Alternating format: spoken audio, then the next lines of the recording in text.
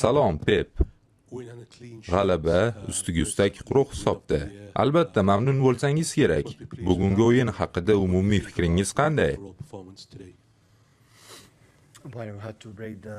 Ha, bizga Enfield'dagi o'yindan keyin muvaffaqiyatsiz seriyani to'xtatish juda muhim edi.